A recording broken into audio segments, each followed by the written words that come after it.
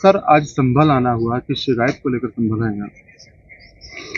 संभल आने का मुख्य कारण डिप्टी एसपी श्री अनुज चौधरी पर अनवरत प्रशासनिक दुराचार के जो आरोप लगते रहे हैं और मैंने जो शिकायत की उसमें एडिशनल एसपी के समक्ष अपना बयान प्रस्तुत करना था, जिस क्रम में मैंने 6 बिंदुओं पर अपने आरोप प्रस्तुत किए हैं।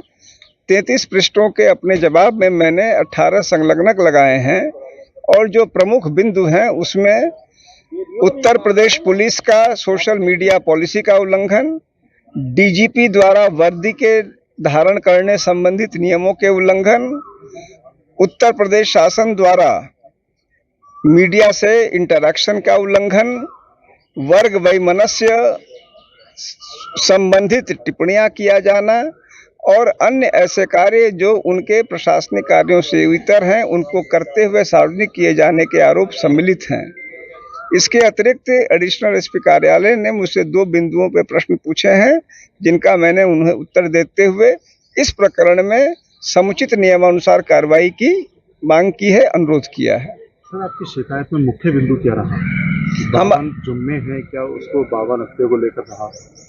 मेरी शिकायत में इस कार्यावधि में सीओ संभल द्वारा अनेक बिंदुओं पे जो शासनादेशों का डीजी सर्कुलर का उल्लंघन हुआ, जिसमें 52 बिंदु वाला भी एक पक्ष है, जो ईद की सेवैयां वाला भी पक्ष है, गदा वाला भी पक्ष है, वर्दी में धार्मिक कार्यक्रमों में धार्मिक प्रतीकों को धारण करके गीत गाने का संदर्भ है, अपने इंस्टाग्राम और सोशल मीडिया अकाउंट का इस्तेमाल से संबंधित प्रकरण है। इन सबों को हमने समेकित करते हुए सभी बिंदुओं पर हमने कार्रवाई की मांग की है, जो शासनादेशों और नियमों के अनुसार हो।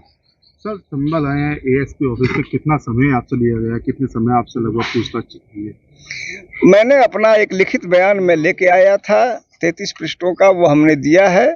मुझसे 2 बिंदुओं पर प्रश्न पूछा गया है। मैं समझता हूं कि चूंकि मैं अपना पूरा तथ्य और साक्ष्य लेके आया था, तो मेरे ख्याल से अधिक 15 मिनट में यह पूरा जो कार्य है वो संपन्न हो गया होगा। सर, एक बार क्लीन चिट भी संभल सीओ को मिल चुकी थी, फिर वो रीओपन किया गया, क्या कहेंगे इस मामले को लेकर?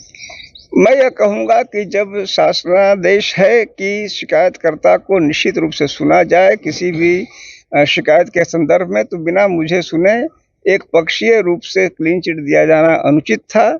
और मैं इस बात के लिए धन्यवाद देता हूं उत्तर प्रदेश शासन को कि उन्होंने इस बात को स्वीकार करते हुए दोबारा जांच खोली है। मैं यह चाहूंगा कि इस मामले में जो शासनादेश कहते हैं उसके अनुसार समुचित कार्रवाई हो। जा रहा है कि आपके यहाँ जो वाहन खड़े हैं उस पर भी आपका एक, जब आईपीएस आप रहे हैं तो उसका फोटो भी लगा हुआ है, क्या इस तरह से राजनीतिक पोस्टर पर फोटो लगाना उचित है? देखिए, मैं इस बारे में स्पष्ट स्थिति नहीं जानता, लेकिन चूंकि मेरे मन में इस बात को लेकर दुविधा उत्पन्न की गई है, अतः मैंने इस संबंध में आयोग को प्रकरण संदर्भित करते हुए उनसे स्पष्ट राय मांगी है। तब तक मैंने अपने साथियों को इसका इस्तेमाल न करने के लिए हिदायत दी है। आज मैं देख रहा हूं कि हमारे कुछ साथियों ने उसके प्रतिकूल काम किया है, जो मुझे दुखद लगा है। मैं इस संबंध में और अपनी पार्टी में कड़े निर्देश निर्गत करते हुए, जब तक आयोग द्वारा पूर्ण रूप से स्थिति स्पष्ट नहीं कर दी जाती है, ऐसा कोई कार्य नहीं करने के लिए निर्दिष्ट करूंगा जो किसी भी प्रकार से किसी भी नियम का उल्लंघन माना जा सकता हो। आपकी रणनीति पूरे मामले को लेकर रहेगी? मैं सिर्फ यह चाहता हूं न्याय हो, क्योंकि यहाँ पर सीओ संभल या कोई व्यक्ति विशेष महत्वपूर्ण नहीं है।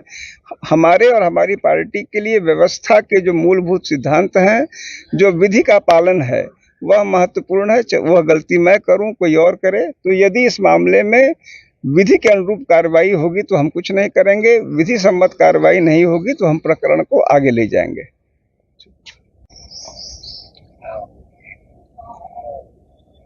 सर,